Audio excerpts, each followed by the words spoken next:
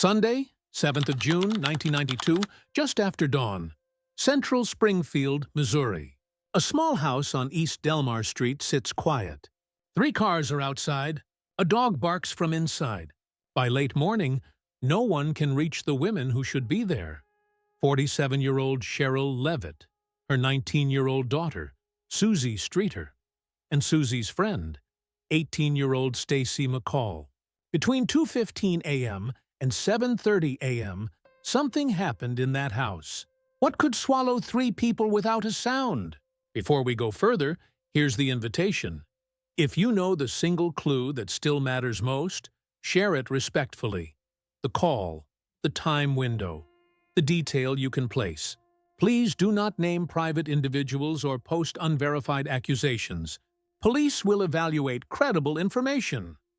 Sherrill was a cosmetologist, a single mother known for hard work and a tidy home. Suzie, bright and stubborn, had just graduated from Kickapoo High School that Saturday evening, 6th of June, 1992. Stacy, responsible and close to her parents, graduated the same night. She and Suzie planned a celebratory day at a water park on Sunday. The 3 were entwined by routine, work schedules, family check-ins, and, that night, the simple plan to sleep, wake, and drive. Set the map. Kickapoo High School lies about 5 miles, 8 kilometers, southwest of the Delmar Street home. Friends' parties clustered around the battlefield area, a short drive away. The next day's destination, Whitewater in Branson, is about 40 miles, 64 kilometers south, roughly an hour's drive then. The geography matters because the gap between these points, house, parties, highway south, is the narrow corridor where the timeline goes dark. Now, the timeline. Local time. Saturday, 6 June 1992, evening, graduation. By around 10 p.m., Stacy phones home with a plan update. After midnight, Suzie and Stacy leave the last party. Witnesses place them around. 2:15 a.m. Sunday. They decide not to crowd a friend's house and instead head to Suzie's. The FBI later fixed the disappearance window between 2:15 a.m. and 7:30 a.m. Sunday. 70 Chandersin, 7th of June. By about 9 a.m. Sahandrinain, when the pair do not appear for the trip to Branson, friends drive to the Delmar house. They find the door unlocked, the porch light's glass shade shattered, and Sherrill's small dog, Cinnamon, agitated inside. 3 cars and 3 purses remain. No one answers. What followed at the house is now a cautionary tale in evidence control. Well-meaning visitors went in and out. Some swept broken glass from the porch and tidied surfaces. Sometime late morning into early afternoon on Sunday, a friend answered 2 obscene calls to the house line. Later that day, Stacy's mother, Janice, arrived, saw the purses together in a bedroom called police, and, while checking the answering machine, played a strange message that investigators believed might have held a clue. It was inadvertently erased during playback. By the time officers could secure the scene that Sunday, 7th of June, potential trace evidence had been compromised. What was found versus what was not forms the spine of this case. Found, the unlocked door, the broken porch light globe, vehicles parked at home, 3 purses with cash and IDs, cigarettes left behind, a TV left on and hissing static in one room, and a small dog pacing and barking. Not found. Signs of a violent struggle inside. The women themselves. Any note. And, given the era, no mobile phone trail or home security footage to reconstruct movements. Police narrowed the clock, but lacked the modern digital exhaust that often rescues timelines today. Sightings divide into 2 categories. Confirmed. The last verifiable presence of Suzie and Stacy leaving a party after 2 a.m. on Sunday, 7 June, and the absence of the trio at the 8:30 a.m. departure for Branson. Unconfirmed, but persistent. A witness who reported days later seeing a young blonde woman, said to resemble Suzie, driving an older moss-green Dodge van that morning, visibly distressed, as a male voice told her. "Don't do anything stupid." Other van-related tips surfaced but never produced a vehicle or a chain of custody. By late 1992, the investigation had expanded far beyond Springfield. On Thursday, 1st December 1992, a man called the America's Most Wanted hotline and, police later said, conveyed prime knowledge of the abductions. The call dropped during a transfer. The man never rang back. In 1993 and the years after, investigators pursued tips that led to sealed search warrants in Webster County and later digs in rural areas. Nothing conclusive surfaced. In 2001, the case was relaunched for a fresh review. In 2007, a private ground-penetrating radar scan of a corner of the south parking garage at Cox Health identified 3 soil anomalies. Police publicly stated the lead was not credible, noting the structure began construction over a year after the disappearances, and that excavation would require strong probable cause. The site was not dug. As for named figures over time, caution is essential. In the late 1990s, convicted kidnapper and robber Robert Craig Cox told journalists he believed the women were dead and that their bodies would never be found. Investigators have expressed skepticism about his credibility, and he has not been charged in this case. As of Friday, 13th of June 2025, the Texas Board of Pardons and Paroles denied his parole. He remains incarcerated. Other persons of interest have been scrutinized across the decades, including individuals tied to the women's social circles and separate felony cases. None has led to charges in the disappearances. Now, the leading theories, clearly theories, not findings. Theory 1. A targeted abduction at the house by someone who either knew the women or had observed their movements that night. Supporters point to the unlocked door, the intact interior, and the rapid removal of 3 people without theft of valuables, behavior consistent with control rather than ransack. The limitation is the absence of forensics and the contamination of the entryway, which clouds reconstruction. What would move it forward are verifiable links between any suspect's known whereabouts between 2:15 a.m. and 7:30 a.m. and physical traces from the home preserved in evidence. Theory 2. An opportunistic predator with a vehicle, perhaps the moss-green van, intercepted them outside or lured them to the door under pretext. The attraction of this theory is the van account and the speed required to remove 3 adults. The pushback is that the van sighting surfaced days later and has never been corroborated by a plate, a vehicle, or independent witnesses. A credible step forward would be a documented owner history for specific vans in a tight radius in June 1992 and any DNA-based link from retained exhibits to a known offender. Theory 3. Silence within a wider criminal network. Someone said more than they should have, once. In 1992-93, a jailed informant relayed details that prompted sealed warrants and rural searches. Those operations did not produce the women or conclusive evidence, but investigators acknowledged the informant knew non-public facts. The weakness is obvious: no recovery, no charges. Progress here would require a cooperating witness who can place remains or give investigators a recoverable scene. 1. The window between 2:15 a.m. and 7:30 a.m. on Sunday, 7th of June 1992, the only hard clock stamped by the FBI poster that compresses the opportunity for any offender. 2. The broken porch light globe and cleaned-up glass, a small domestic detail that might indicate a ruse at the door or a staged entry, and the loss of trace on the threshold. 3. The 3 purses, together in a bedroom with cash and IDs, evidence of interrupted plans rather than voluntary flight. 4. The erased answering machine message, described as strange and of interest to police, Now gone.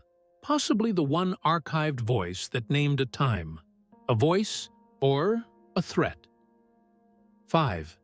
The obscene calls to the house line that late morning. Maybe a cruel coincidence. Maybe someone testing who picked up, but an actionable call pattern if numbers ever surface. 6. The van report. Older moss-green Dodge. A distressed blonde driver. An unseen male's warning. Late reported, uncorroborated, but specific enough to recheck ownership rolls and tips from that week. 7. The TV left on with static. An interrupted wind-down in Suzie's room that helps anchor when they likely settled in. 8. The dog, Cinnamon, found inside, anxious, suggestive of people leaving quickly rather than with the dog, which narrows the manner of departure. 9.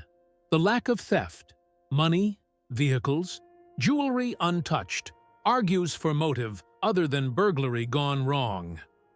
News leader Don Khan. Hamid Trajan, the America's Most Wanted call on Thursday. 34 Centurions Tutor Twies. Charters December 1992. The one contact police publicly said held prime knowledge that has never been remade. Someone still knows that voice. The human cost endures. In 1997, courts declared Sherrill and Suzie legally dead. Police files still list all three as missing. Stacy's parents became advocates, founding one missing link to support families of the missing while continuing outreach and education. The community's rituals, anniversary stories, billboards, podcasts are not spectacle but memory work. A way to keep space for three women who never came home. As of Wednesday, 15th October 2025, the Springfield Police Department states the investigation remains open. Credible tips are assessed, and the FBI still circulates the 2:15 to 7:30 a.m. window on its VICAP poster. In recent days, the community marked another loss. On Thursday, 9th October 2025, Stacy's father, Stu McCall, died at 82 after decades of public advocacy for answers. This case is active and unresolved. Any solid lead still matters. And while the world holds its breath for answers in Springfield, another mystery, from a frozen mountainside in Norway, presents a puzzle that is in many ways the chilling opposite. A victim whose true identity was the very secret she died to protect. The story of the Isdal Woman is next. Sunday, 29th of November 1970, late morning, on the north-facing slope of Mount Ulriken above Bergen. A father hiking with his two daughters stops at a patch of scree in a side valley called Isdalen. There, a woman lies on her back, badly burned, her hands curled toward her chest. A campfire's ash around her. The labels cut from the clothes scattered nearby. Police will call her the Isdal Woman, and the world will keep asking, who was she? And why did she die here? Before we go further, if you know this case, I'm asking you to share the single clue that still matters most. Not a theory, just the one detail that refuses to let you go. For everyone's safety, please avoid naming private individuals or posting unverified allegations. This story has already carried enough harm. She is never identified. Autopsy and witness accounts place her between 25 and 40 years old, about 1.64 meters tall, dark brown hair, small brown eyes, a traveler who moved easily through languages. Her dental work is extensive and distinctive, with multiple gold crowns, meticulous, expensive care for its time, suggesting years of treatment across borders.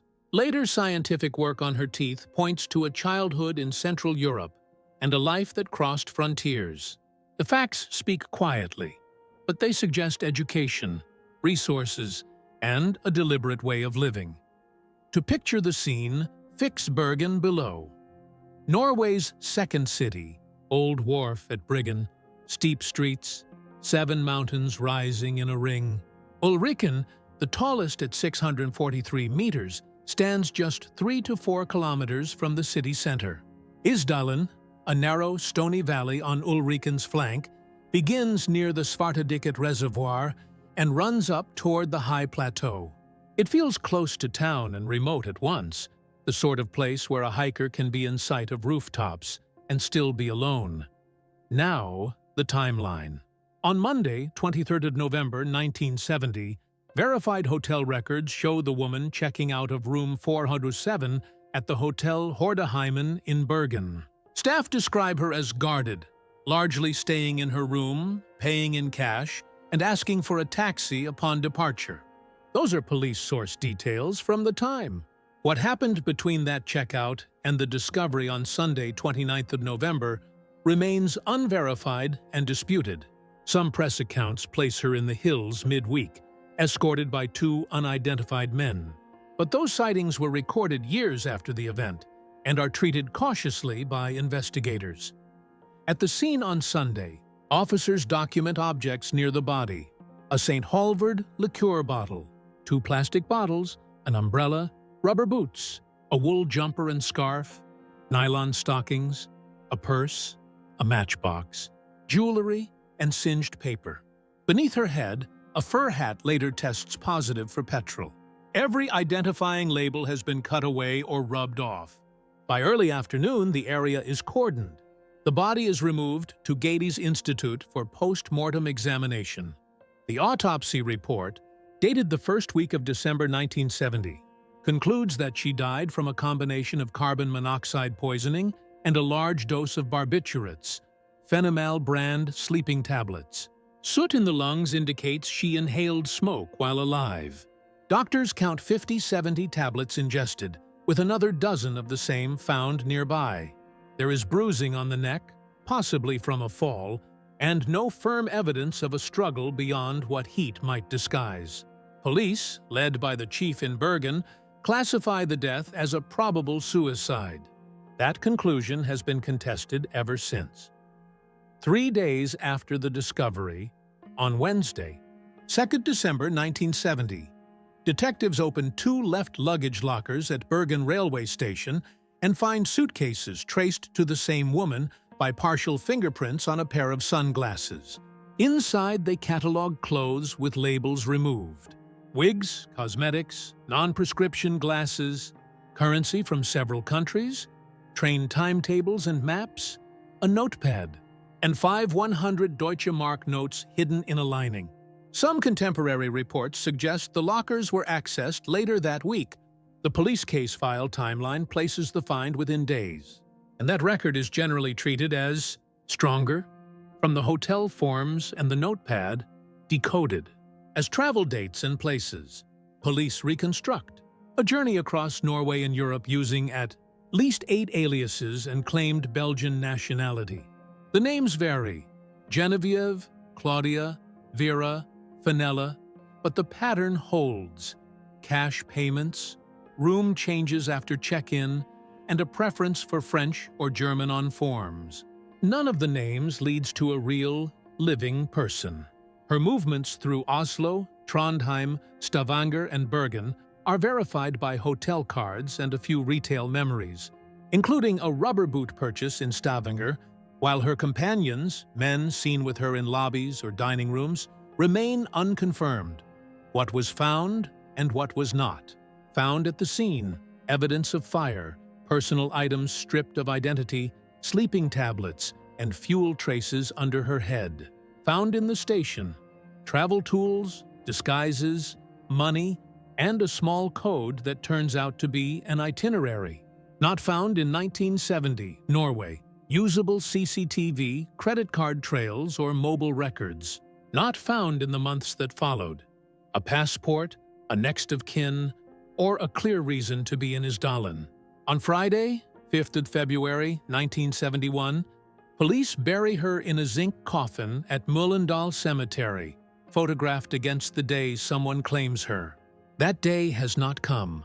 Sightings are split into 2 classes: confirmed, hotel registrations in late autumn 1970, staff descriptions, and the 23 November checkout in Bergen.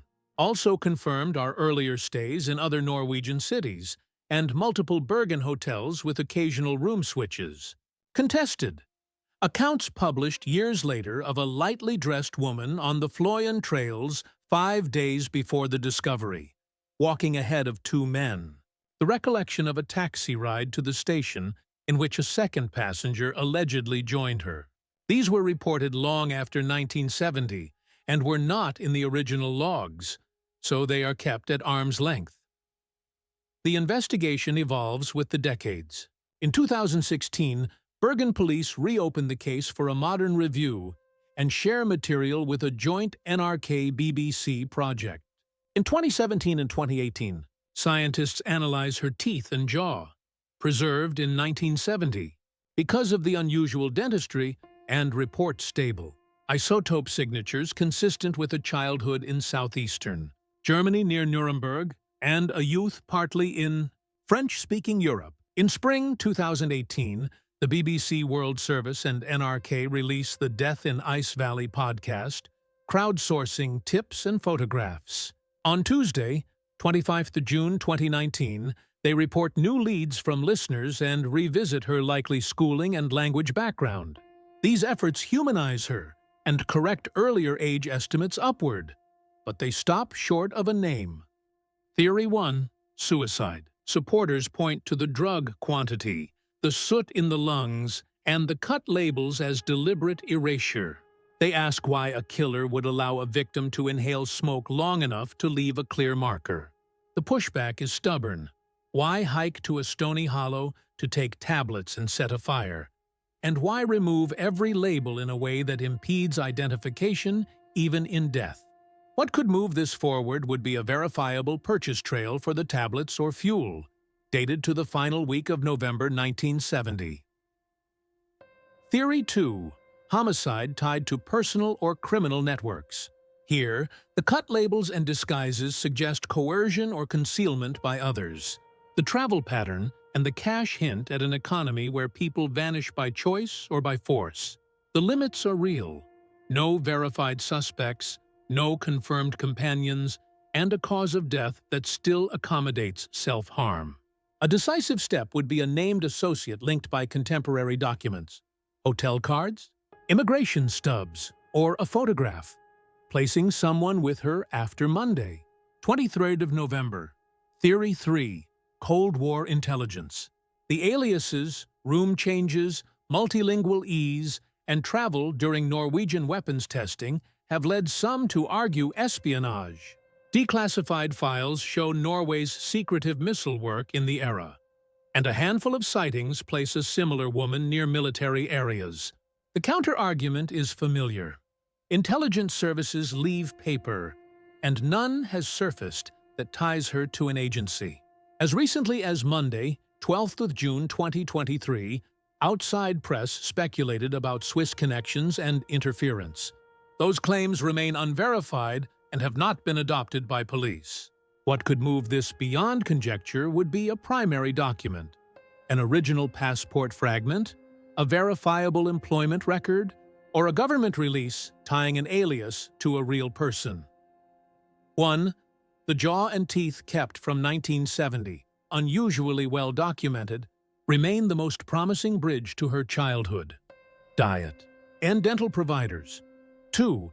The stable isotope profile suggesting birth near Nuremberg and early years in French-speaking Europe narrows the search to specific schooling and vaccination records.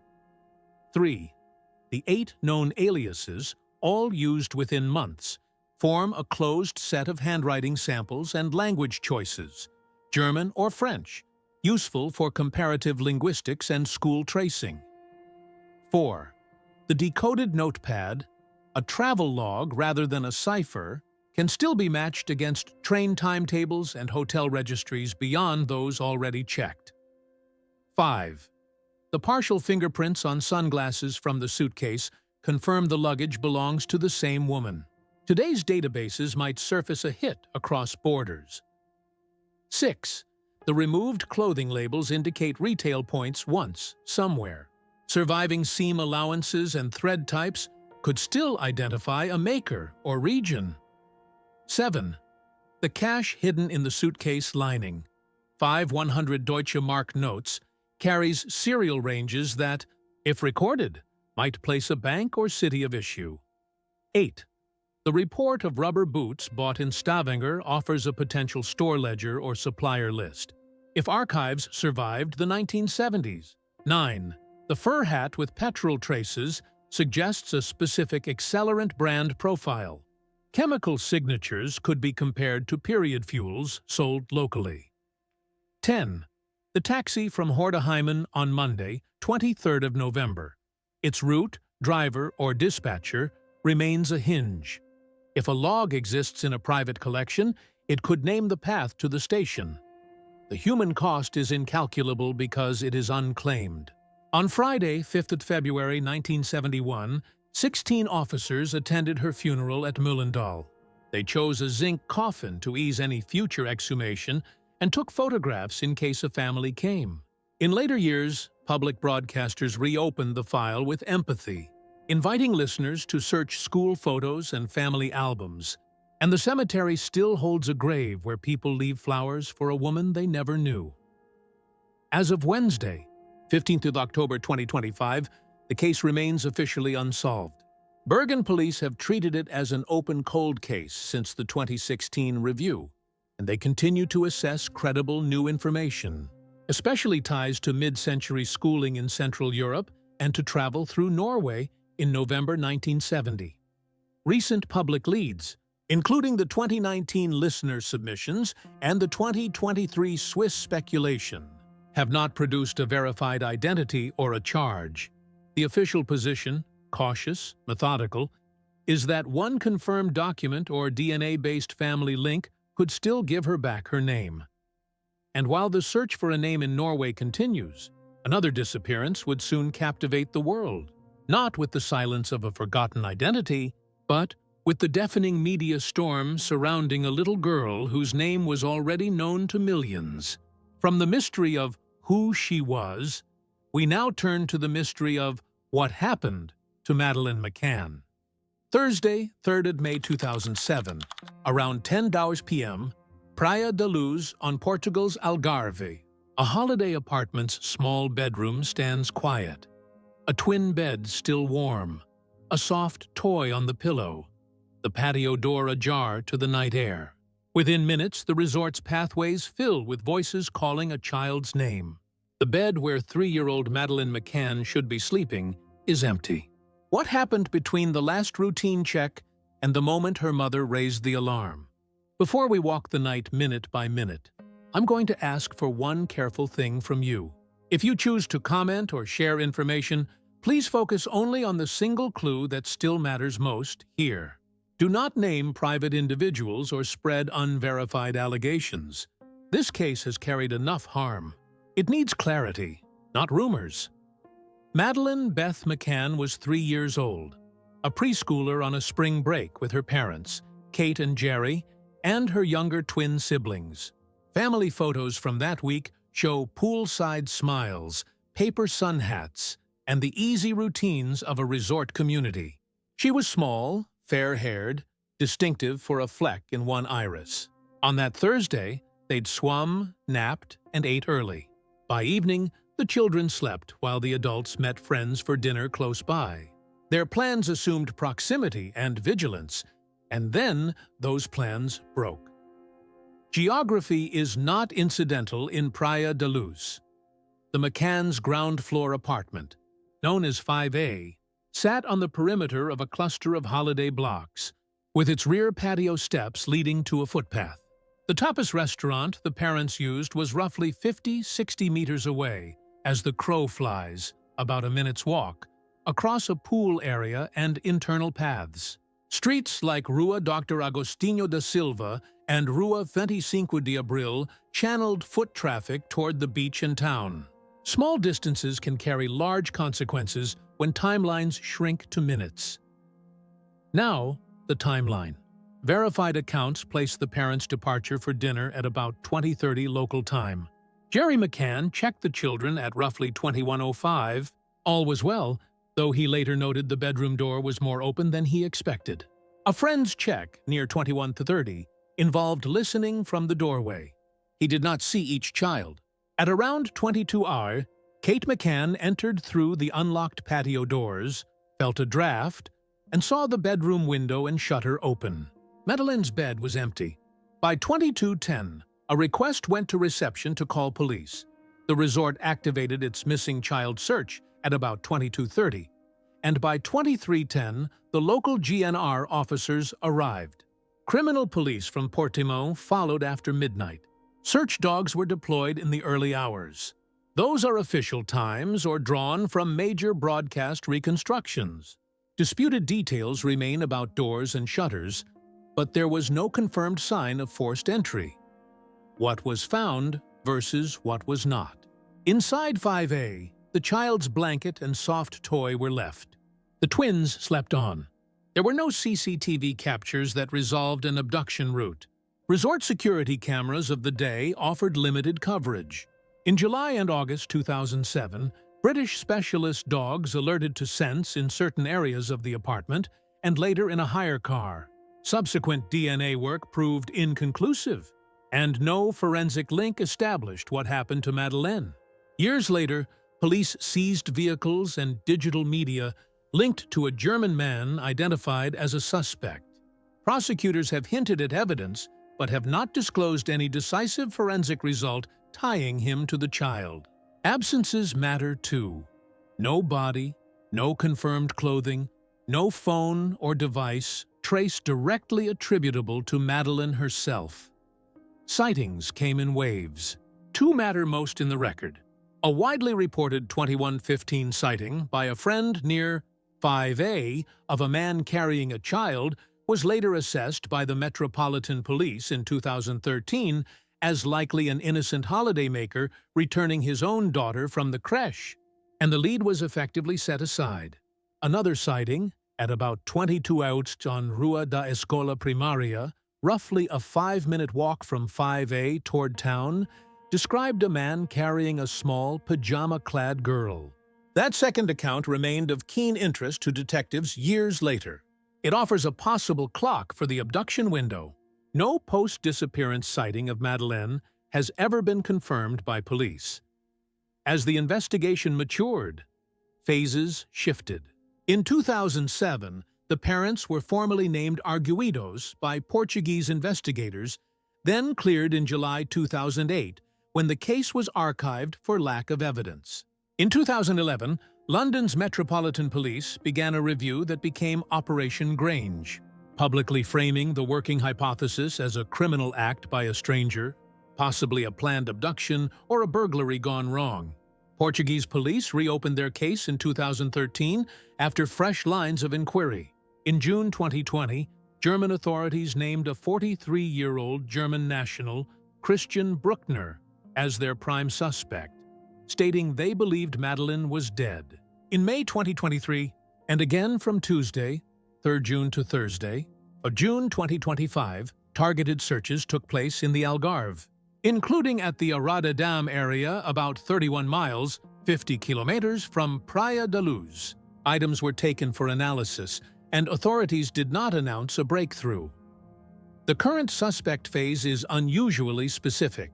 Prosecutors in Germany say mobile phone data places Bruckner near the resort on the evening of Thursday, 30 May 2007, including a roughly 30-minute call said to have ended about an hour before the alarm. He denies involvement and has not been charged in relation to Madeleine's disappearance. On Wednesday, 17th of September 2025, he was released from a German prison after serving a sentence for an unrelated rape in the same region.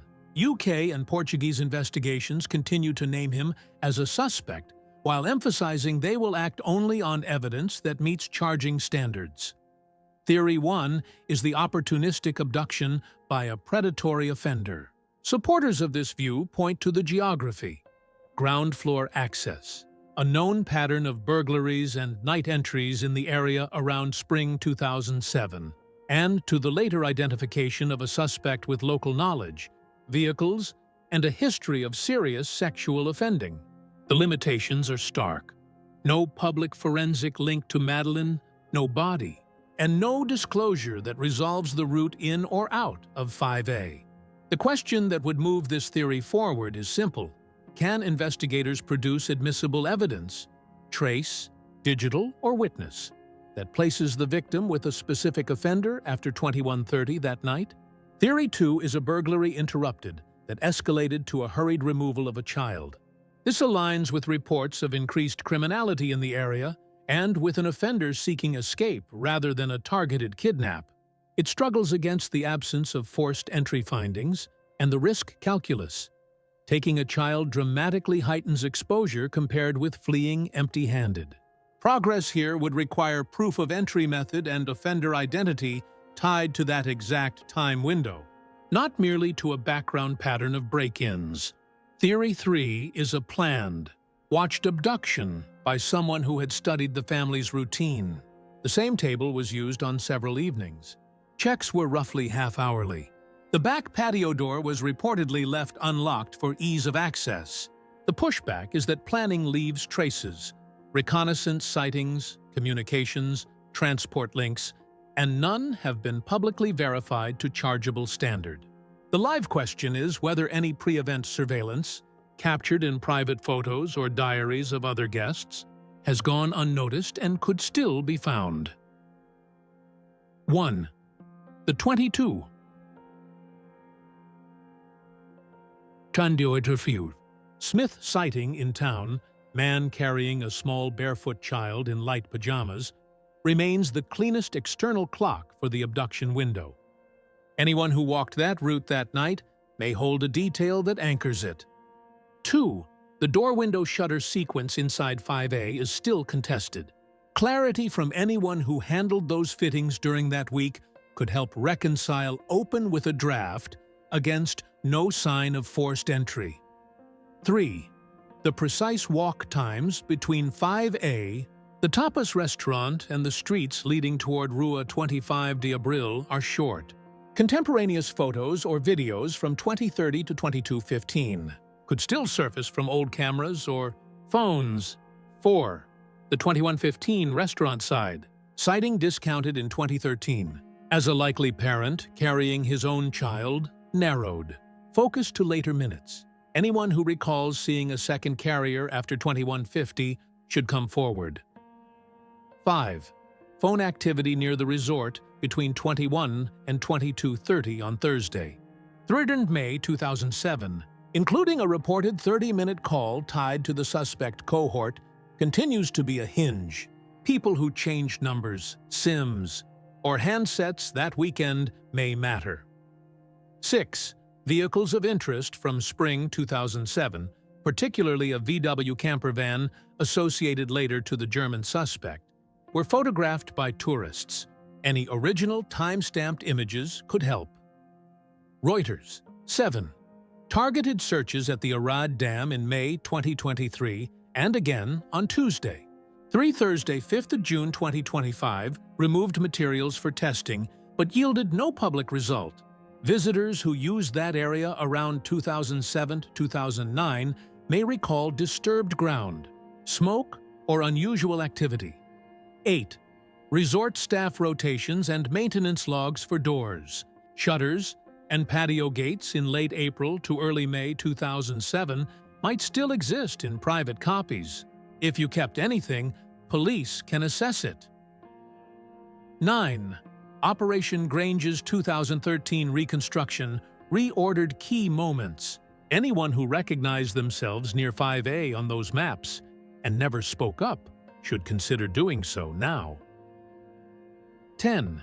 If you were on Rua da Escola, Primaria around 22 de Warcorn and saw a man carrying a child, or saw no one when you would have expected people, negative sightings can be as valuable as positive ones. The human cost has been measured in vigils, anniversaries, and the long labor of hope. There has been no legal declaration of death. The McCann family's fund, Madeleine's fund, leaving no stone unturned, remains active, supporting searches and appeals. Each May brings statements marking another year without answers, and each new search reopens the wound of that night. Families live in the actions they choose, keeping a website live, attending commemorations, pressing institutions to keep cases open. As of Wednesday, 15th October 2025, the Metropolitan Police's Operation Grange remains active with a small team, and Home Office funding agreed for the 2025-26 year. The Portuguese Polícia Judiciária maintained their inquiry, and German prosecutors continue to name Christian Bruckner as a suspect, while acknowledging, as recently as Friday, 17th January 2025, no present prospect of charges. He was released from prison on Wednesday, 17th September 2025, after serving an unrelated sentence, and continues to deny involvement. In June 2025, authorities concluded another joint search in the Algarve without announcing a breakthrough. Police in all three countries say they will assess any credible new information. If there is a line that endures, it is this: a child went to sleep on holiday and did not wake in the place she should. The work now is quiet and careful. Time, distance, a handful of minutes, and the hope that someone holds the peace that returns a name to a life.